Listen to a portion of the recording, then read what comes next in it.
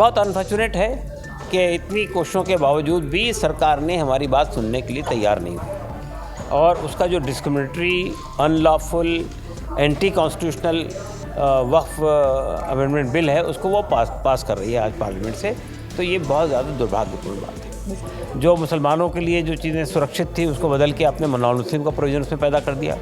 और इसी के साथ साथ जो है ये जो आर्टिकल सेक्शन 40 को हटाकर वक्फ के जो अधिकार थे वो आपने ख़त्म कर दिए।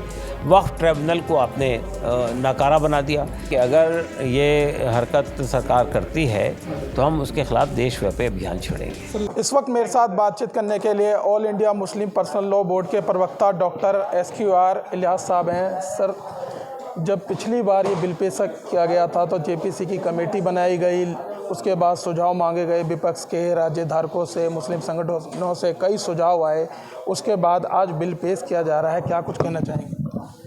बहुत अनफॉर्चुनेट है कि इतनी कोशिशों के बावजूद भी सरकार ने हमारी बात सुनने के लिए तैयार नहीं हुई और उसका जो डिस्क्रिमिनेटरी, अनलॉफुल, एंटी कॉन्स्टिट्यूशनल वक्फ अमेंडमेंट बिल है उसको वो पास कर रही है आज पार्लियामेंट से।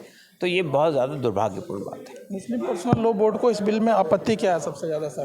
क्या पूरे संशोधन जो हो रहा है उसमें आपत्ति है? हमें पूरे 44 संशोधन पर आपत्ति है, लेकिन मेनली हमारी आपत्ति है वक्फ बाय यूज़र के ऊपर में सरकार का जो फैसला है। लॉ ऑफ लिमिटेशन से जो मुसलमानों को यानी वक्फ की प्रॉपर्टी को जो एग्जम्पशन हासिल करना था उसको रिमूव किया गया। वक्फ बोर्ड के अंदर और सेंट्रल वक्फ काउंसिल में जो इलेक्शन के ज़रिए से लोग आते हैं उनको बदल के नॉमिनेशन किया गया। जो मुसलमानों के लिए जो चीज़ें सुरक्षित थी उसको बदल के आपने नॉन मुस्लिम का प्रोविजन उसमें पैदा कर दिया। और इसी के साथ साथ जो है ये जो आर्टिकल सेक्शन 40 को हटाकर वक्फ के जो अधिकार थे वो आपने ख़त्म कर दिए। वक्फ ट्रिब्यूनल को आपने नाकारा बना दिया। आपने सरकार से अगर डिस्प्यूट है तो उसको आपने वक्फ ट्रिब्यूनल को से निकाल कर कलेक्टर के हवाले कर दिया। तो ऐसे कई प्रोविजंस हैं जिसके ज़रिए से आपने वक्फ बोर्ड को जो प्रोटेक्शन हासिल थे वो छीन लिए, जबकि यही सिमिलर प्रोटेक्शन जो है हिंदू एंडाउमेंट को भी हासिल है। इसी तरह के सिमिलर प्रोविजन आपके सिख गुरुद्वारा प्रबंधक कमेटी को भी हासिल है। सर, सच्चर समिति 2006 में बनी थी, उसने भी सुझाव दिया था कि सिफारिश की थी कि वक्फ बोर्ड में सुधार होना चाहिए।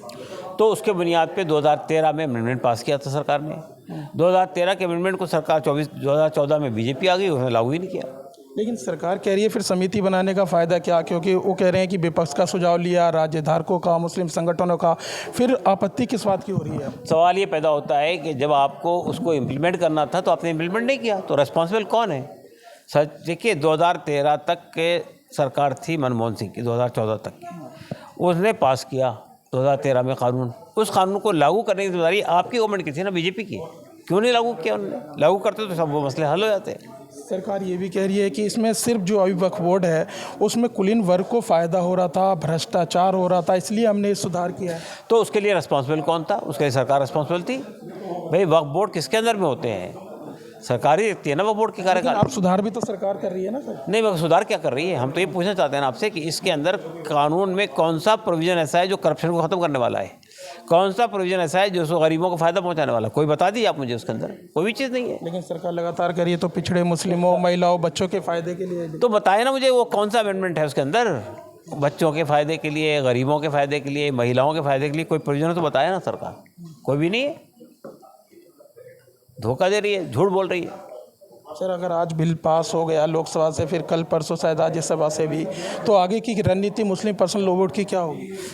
आगे की रणनीति बहुत तय है पहले से हमारी।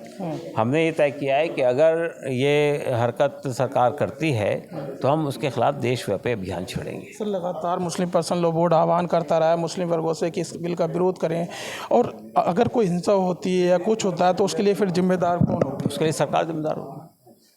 हाँ, कौन होगा जिम्मेदार? रूल ऑफ लॉ को मेंटेन करने की जिम्मेदारी किसकी है? सरकार की है ना। सरकार के कहीं भी कोई दंगा होता है, कहीं भी कोई वायलेशन होता है तो उसके लिए रिस्पॉन्सिबल कौन होगी? सरकार ही होगी ना। लेकिन सरकार कह रही है कि मुस्लिम पर्सनल बोर्ड, विपक्ष जो है मुस्लिमों को गुमराह कर रहा है। अच्छा, और आप गुमराह नहीं कर रहे हैं? ये तो अजीब बात है कि अगर हम सच्चाई लाते हैं तो हम गुमराह कर रहे हैं, आप झूठ बोलते हैं तो आप गुमराह नहीं कर रहे हैं। जी। तो देखिए हमारे साथ बातचीत करने के लिए थे all India Muslim personal law board के प्रवक्ता SQR इलियास साहब। फिलहाल इस वीडियो में बस इतना ही। बाकी खबर देखने के लिए देखते रहिए पॉलिटिशियंस इंडिया न्यूज़। धन्यवाद। अगर आपको हमारा वीडियो अच्छा लगा तो हमारे चैनल को सब्सक्राइब करें, हमारी वीडियो को लाइक करें, शेयर करें और ऐसे ही देश की तमाम बड़ी खबरों के लिए जुड़े रहें पॉलिटिशियंस इंडिया के साथ।